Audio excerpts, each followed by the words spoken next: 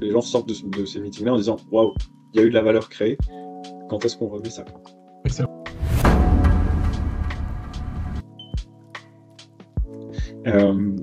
Je vois juste en dessous là que j'ai quelque chose sur la matrice des parties prenantes. Du coup, je jump là-dessus pour le coup. Alors sans donner de nom forcément, mais le fait que le comité de direction se soit élargi, effectivement, il y a une nouvelle partie prenante pour moi avec qui je dois créer des relations. Mais là aussi, depuis la formation, j'ai pu créer des relations en interne avec des gens avec qui j'avais pas particulièrement d'échanges, et j'ai vu que que ça pouvait être extrêmement bénéfique, surtout quand tu te places au niveau de la stratégie, que tu échanges sur la vision, sur leurs objectifs. Donc ça a été...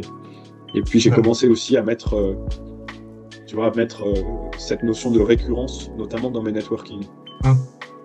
Dire en fonction de la personne que j'ai en face, lui dire est-ce que ça t'intéresserait qu'il y ait ce type d'échange, mettons 3 fois par an. Voilà. Ouais. Et les meetings sont mis dans le calendrier, du coup, c'est ça? Alors, pas encore, du coup, mais ça va venir. Ah, excellent.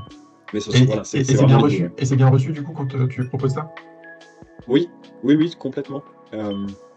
Parce que justement, en se plaçant au niveau que toi tu suggères, c'est-à-dire vraiment un niveau de dire quelles sont les problématiques essentielles que tu rencontres, les points sur lesquels tu bloques, ta vision, etc., les sujets qui te passionnent actuellement,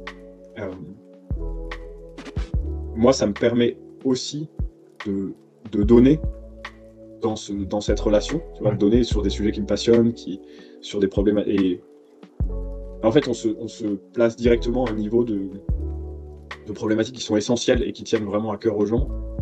Et du coup, ça...